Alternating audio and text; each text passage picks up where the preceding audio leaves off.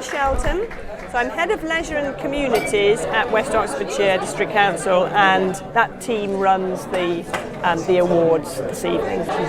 Well, lots of councils in the past ran awards like this for their talented young people, and a lot of them have stopped. That's been one of their cuts, and I think this council has come at it from two ways really. One is the council wants to support the young people so they carry on to become more successful. But then the other angle is, in order to get inactive children and young people moving and engaged in sport, it's very good to have some role models. So if within every school there were 3 or 4 young people who'd been here tonight and picked up an award, and they tell their friends, then I think they become role models. So we win both ways really. We support them, and it's one way of encouraging other young people to participate. And you're also recognising clubs this evening that welcome disabled access and just really bringing everybody together. That's important as well. Yes, there is a national survey that's run, I think it's every couple of years, which is run by Mori, where they telephone a certain number of your residents and ask them about their sporting habits. And West Oxfordshire is one of the best in the country in terms of people's participation in sport. But the figure that's very poor in every council, not necessarily ours, but in every council, is that if you have a disability, you are very unlikely to participate in sport at a club. You might go to your leisure centre, and even the figures for that are low, and we do work with our leisure centres. But in terms of a sports club, you are very, very unlikely to be able to join a sports club. And actually, if you have a disability, a learning disability, a behavioural difficulty, or a physical disability, actually a club is a great place to be able to go. So they're perhaps the people with disabilities are the people we want the most at clubs. But it's only going to happen if we can support the clubs. Because for a lot of people who volunteer in sport, they don't necessarily understand what somebody with a disability might need. So that's really the background to the scheme. What do you think the secret is in West Oxfordshire? Because we've seen a huge range of people here, not just at regional but at national level. What's our secret in West Oxfordshire?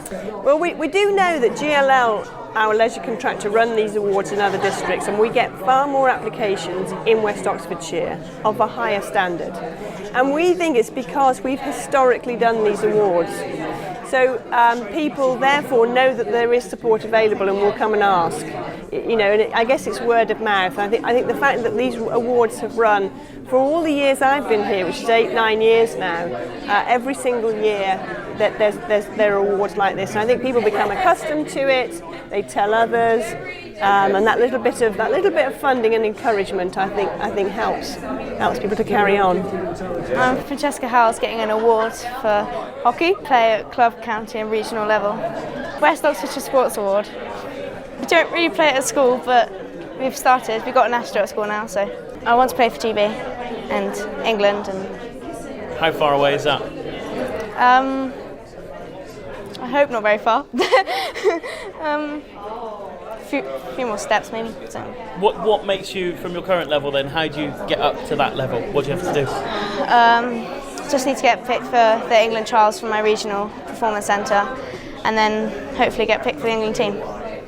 My name is Katie Sett, and I am a coach at Windrush Valley Amateur Boxing Club. Some of the best boxing sessions I've run have been at Springfield School in Witney. We did a 5-week programme there where I went in and delivered a boxing session as a PE class, and nothing in my life has been as rewarding as that session was.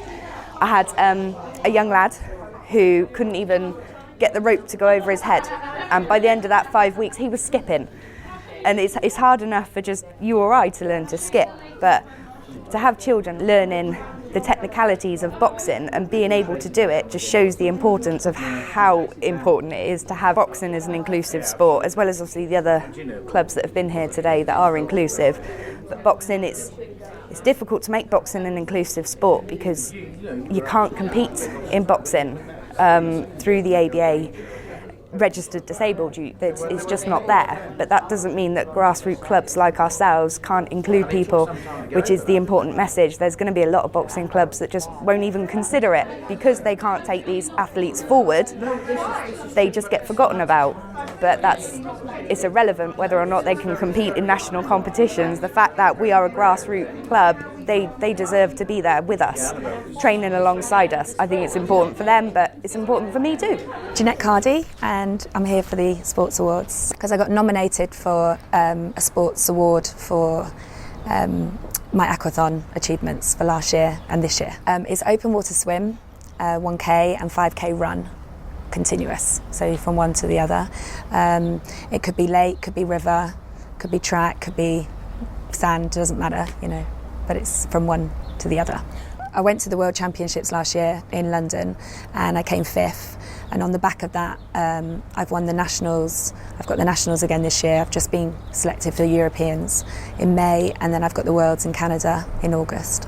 And you teach as well. You're just about to go off and teach somebody. Yeah. So what's that about then? What do you do? Jeanette Cardy Fitness. It's about running classes, fitness classes for the community. So we run different classes in Witney, Madley Park, different areas, and cater for lots of different people and their goals. That sounds incredibly energetic all the time. Yeah. Now your story is quite unique, isn't it, in how you've actually come to this position where you are doing all this fitness stuff, and yet you were told not long ago actually you wouldn't be doing any of it. I mean, how does that make you feel that you've shown people, no, I'm not going to let it hold me back?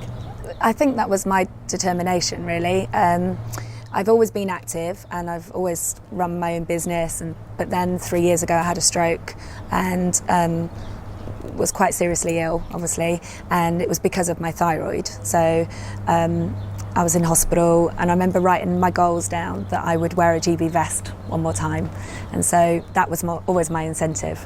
And then the stroke wasn't the worst thing. Once I had the thyroid removed, then I couldn't speak for 4 months, and I was told I'd never ever compete again, I'd never be able to teach again. So then I had speech therapy and had to learn how to re-speak, and so again that was my goal. And then so I got selected last year. I got through the trials and then I got selected. So yeah, it was quite emotional once I did it, and now I'm just even more determined. Nothing stopping you at all? No.